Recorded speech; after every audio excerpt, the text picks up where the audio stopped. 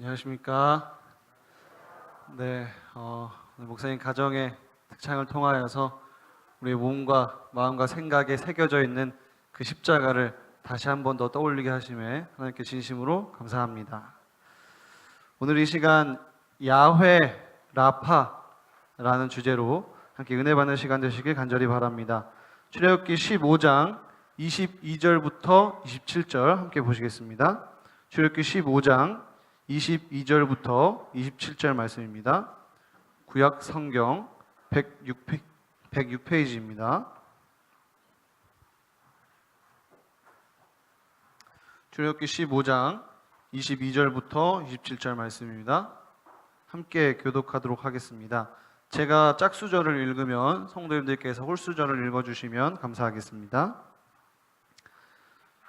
모세가 홍해에서 이스라엘을 인도하매 그들이 나와서 수르 광야로 들어가서 거기서 사흘 길을 걸었으나 물을 얻지 못하고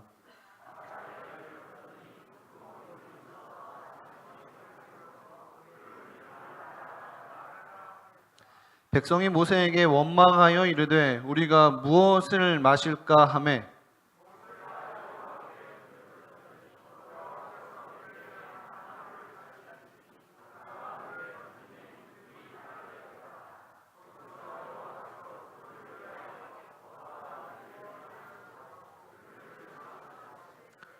이르시되 너희가 너희 하나님 나 여호와의 말을 들어 순종하고 내가 보기에 의를 행하며 내 계명에 귀를 기울이며 내 모든 규례를 지키면 내가 애굽 사람에게 내린 모든 질병 중 하나도 너희에게 내리지 아니하리니 나는 너희를 치료하는 여호와임이라.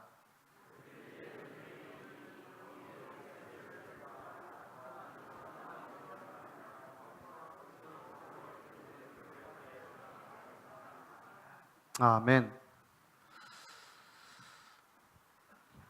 몇 년 전에 제가 전도사로 봉사하던 한 교회에서 학생반을 맡아서 오후 활동을 진행하고 있었습니다. 근데 그날은 야외 예배를 드리는 날이어서 그런지 저부터서도 벌써 이렇게 딱 마음이 들떠 있었습니다. 예배를 마치고 나서 제가 레크레이션을 진행하게 되었는데요. 이제 학생들을 A팀, B팀으로 나눠서 그 레크레이션을 진행하게 되었습니다. 근데 이긴 팀은 그 학생들에게 있어서 너무나도 큰 그러한 선물이 그들에게 주어져 있는 반면에 진 팀에게는 그 교회에서부터 저희가 야외 예배 드리는 곳까지 한 30분 정도 걸어가야 되는데 진 팀은 걸어가는 것이었습니다. 그랬기 때문에 그 학생들이 사활을 걸고 그 게임에 임하게 되었습니다. 왜냐하면 어떤 학생들은 버스카드도 안 갖고 온 학생들도 있었기 때문에 사활을 걸고 그들이 게임에 참여하게 되었습니다. 네, 엄청 많은 게임들 중에 첫 번째 게임을 마치고 나서 제가 A팀 승리라고 이렇게 외쳤더니 A팀 학생들이 그 많은 게임들 중에 하나 이겼을 뿐인데 엄청나게 행복해하는 것이었습니다. 너무너무 행복해하고 마치 올림픽에서 우승한 것처럼 세상을 다 가진 것처럼 그렇게 행복해하는 것이었습니다. 그런데 그렇게 즐거워하던 학생들이 저의 단 한마디로 인해서 180도 돌변하면서 싸늘한 표정과 원망의 눈빛과 아우성을 저에게 쏟아내는 것이었습니다. 그 한마디가 무엇이었을까요? 네, 지금까지 연습 게임이었습니다 라는 말이었습니다. 제가 이 말을 하기 전까지 이긴 팀 학생들은 엄청난 기쁨을 나누고 환호하고 있었습니다. 그들은 굉장히 행복해 보였습니다. 그런데 저의 그 한마디로 인해서 방금까지 긍정적이고 행복해 하던 생각은 사라지고 싸늘한 표정과 그 눈빛만 남아 있었습니다. 그 상황을 잘 마무리하고 잠들기 전에 그 학생들의 모습을 이렇게 곱씹으면서 이것이 내가 조금이나마 느낀 인생이고 조금이나마 느낀 이것이 신앙이구나 라는 것을 깨닫게 되었습니다.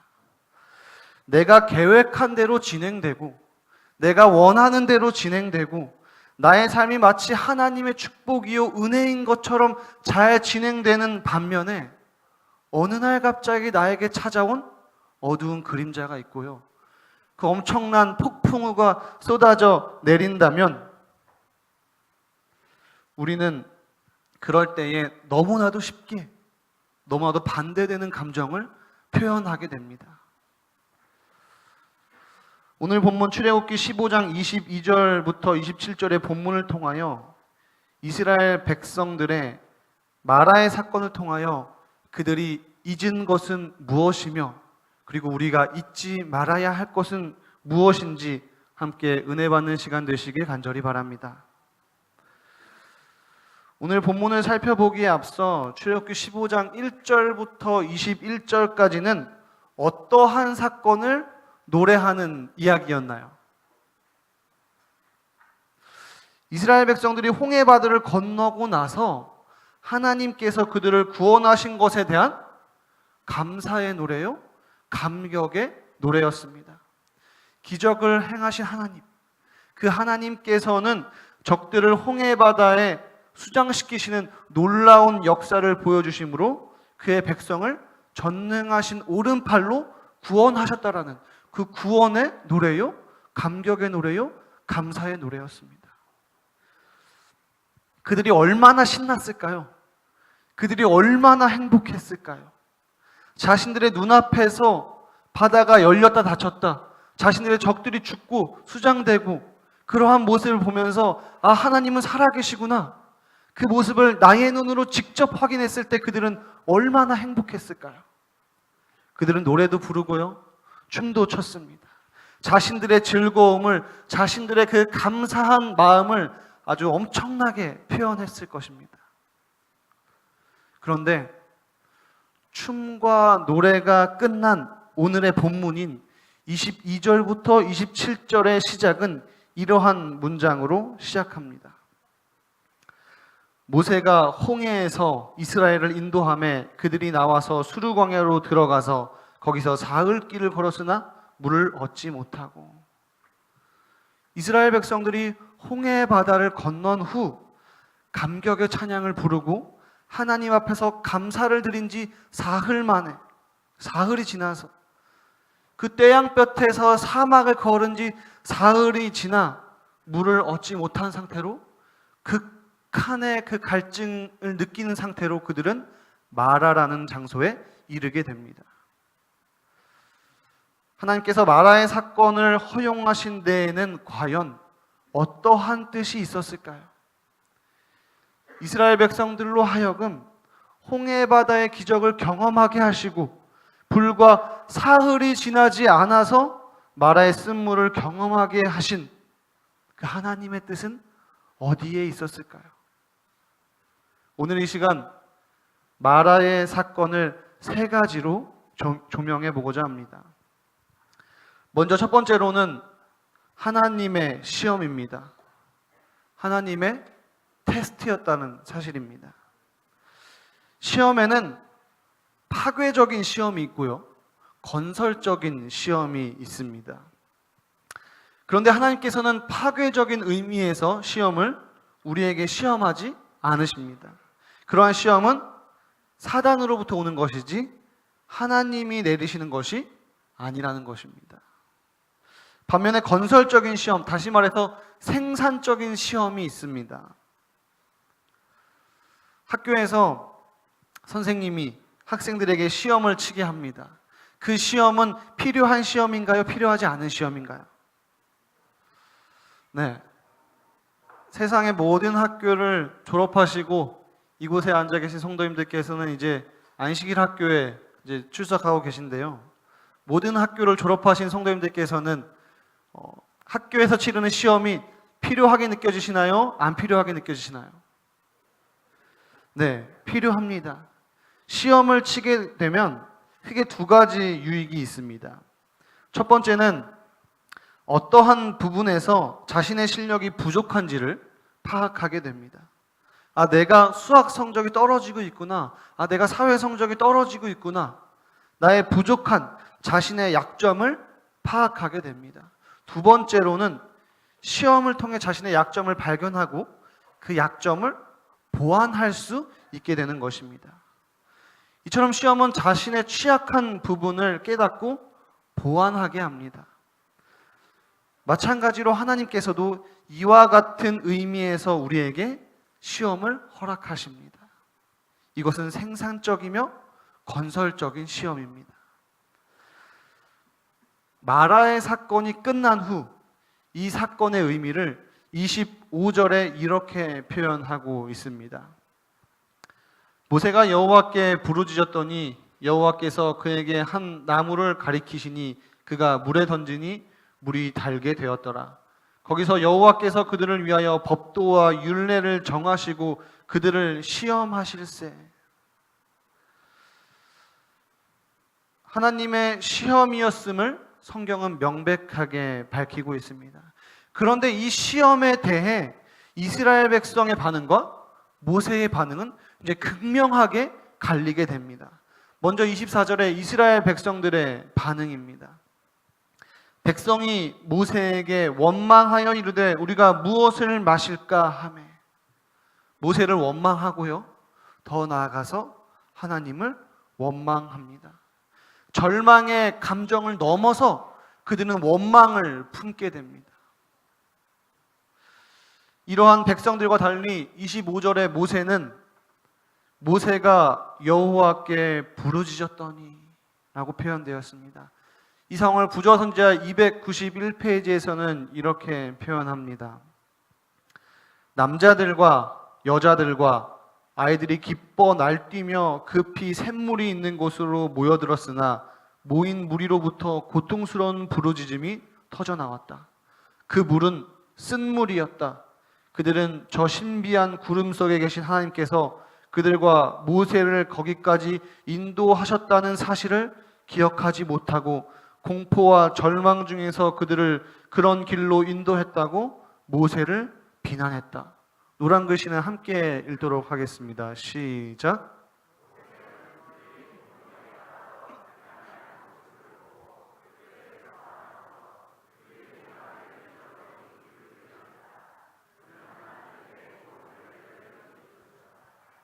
이스라엘 백성들은 무엇을 잊었다고요?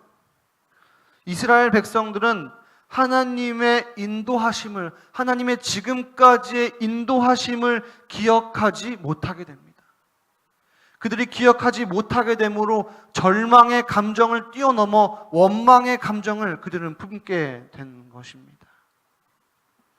원망 가득한 이스라엘 백성과 달리 모세는 어떠했나요? 이스라엘 백성들이 행하기를 잊어버린 그 일을 행하였던 것입니다. 그 일은 문제에 직면했을 때, 시험에 빠졌을 때 하나님께 도움을 열렬히 부르짖는 그러한 일이었습니다. 나의 문제 앞에, 나의 시험 앞에 하나님께 도움을 열렬히 부르짖을 수 있는 우리의 믿음이 되시길 간절히 바랍니다. 두 번째로 하나님의 축복입니다. 내 잘못과 상관없이 어느 날, 내 계획과 상관없이 어느 날, 내가 원함과 상관없이 어느 날 나의 인생에 먹구름이 끼고요, 폭풍우가 쏟아져 내릴 때 우리는 어떠한 생각을 가져야 할까요?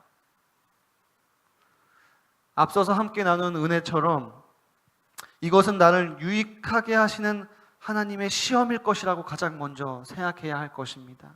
그리고 나서 두 번째는 바로 이것이 하나님의 축복이라고 생각하는 것입니다. 학생들에게 있어서 시험은 축복일까요? 축복이지 않을까요? 네, 유익하게 되면 그것이 축복입니다. 그 시험을 통해 부족한 실력을 보완하고 성장할 수 있으니 학생에게는 그 시험이 축복인 것입니다. 물론 시험을 통과하는 그 과정 속에서도 경험하는 그런 축복이 있습니다. 이스라엘 백성들은 그 과정 속에 나타난 축복을 경험하게 됩니다. 특별히 그들은 치료를 경험했고요, 쓴물을 달게 하시는 하나님의 기적과 축복을 경험하게 됩니다.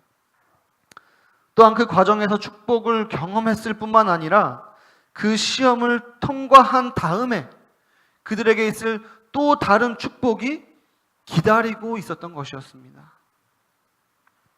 마라를 지나 하나님께서 이스라엘 백성들을 어디로 인도하시죠?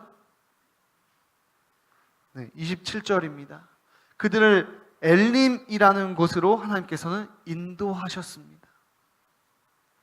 엘림이라는 곳은 마라에서 남쪽으로 약 한 10km쯤 떨어진 곳입니다.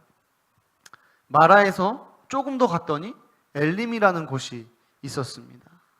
이 엘림의 뜻이 굉장히 흥미로운데요. 이 엘림의 이름의 뜻은 능력이다 라는 뜻입니다. 속된 말로 목말라 죽을 지경인데 그러한 이스라엘 백성들이 마라에서 고통을 당했을 때 하나님께서는 그 물을 달게 하셨습니다. 그런 후에 조금 더 가서 엘림에 도착했을 때 물샘이 12나 있고요. 종려나무 가지가 70주나 늘어져 있었습니다. 불과 10km만 더 가면 엘림이라는 쉼터, 하나님의 능력을 공급하시는 터전인 그 엘림이라는 곳이 있었습니다. 그런데 우리에게는 축복의 장소인 그 엘림이 보이지가 않습니다. 계속해서 끊임없이 쓴 물인 그 마라만 보이게 됩니다. 고통만 보이게 됩니다. 관계적 고통, 경제적 고통, 심리적 고통, 엘림은커녕 끊임없는 마라의 샘물, 쓴물, 쓴맛만 느껴집니다. 그런데 이 시험을 잘 통과만 한다면 얼마 가지 않아 무엇이 있었다고요? 하나님의 축복의 장소인 엘림이 있었던 것이었습니다. 사랑하는 이들 126페이지에서는 이렇게 표현합니다. 함께 읽도록 하겠습니다. 시작.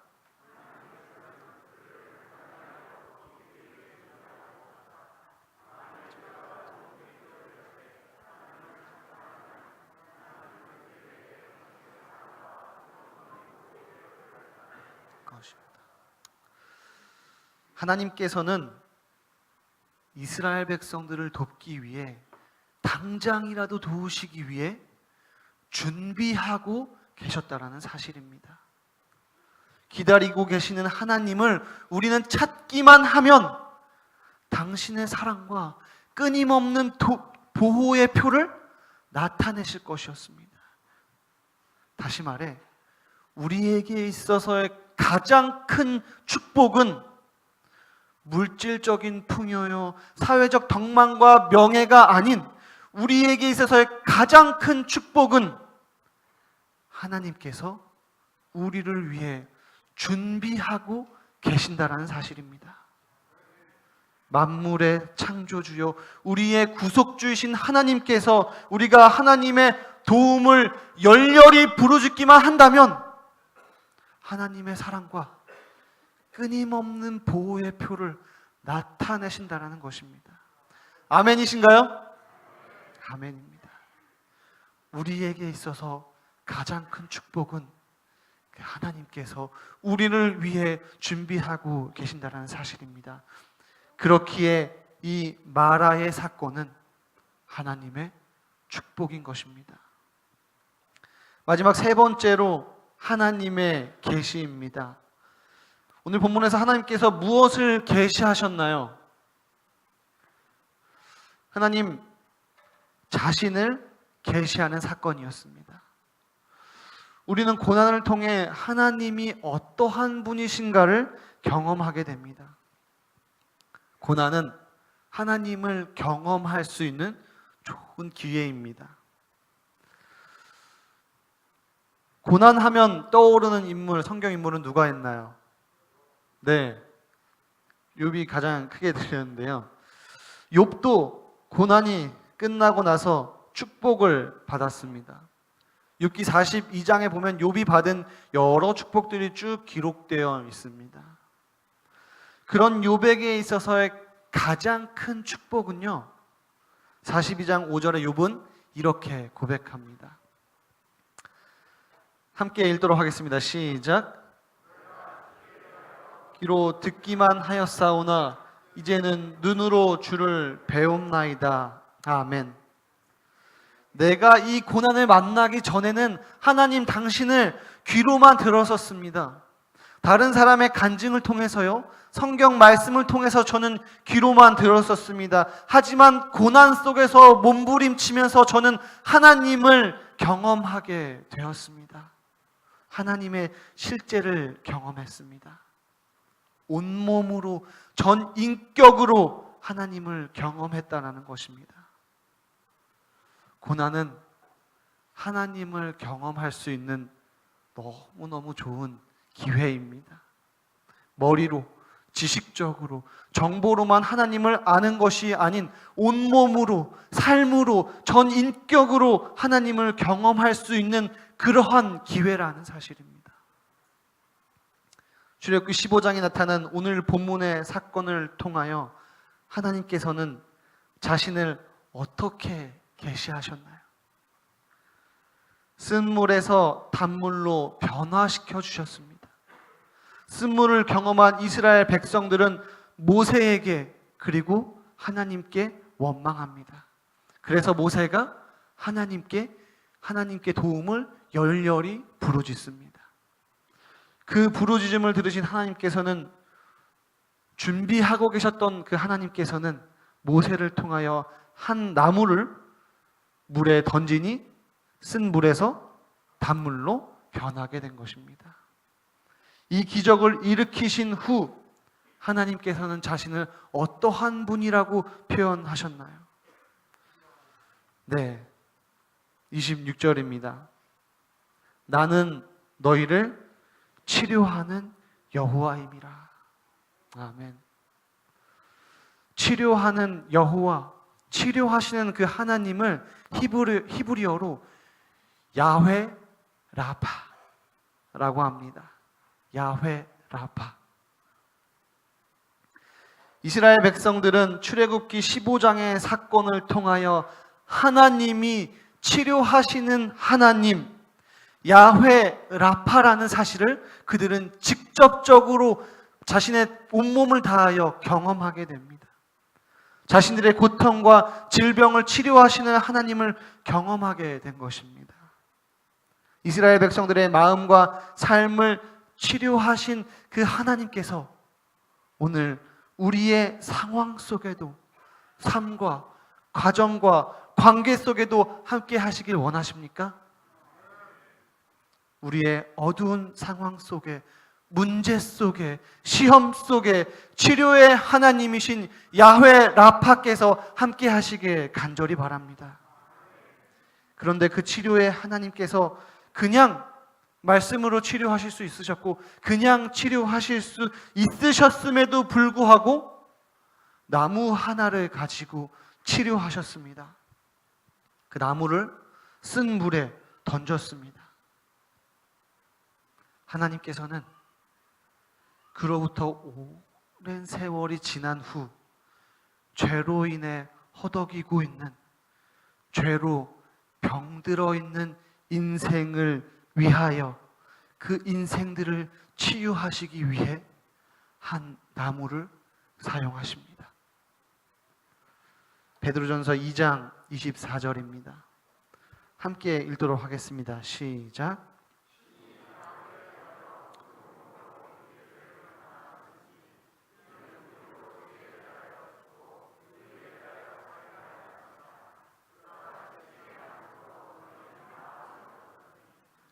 아멘.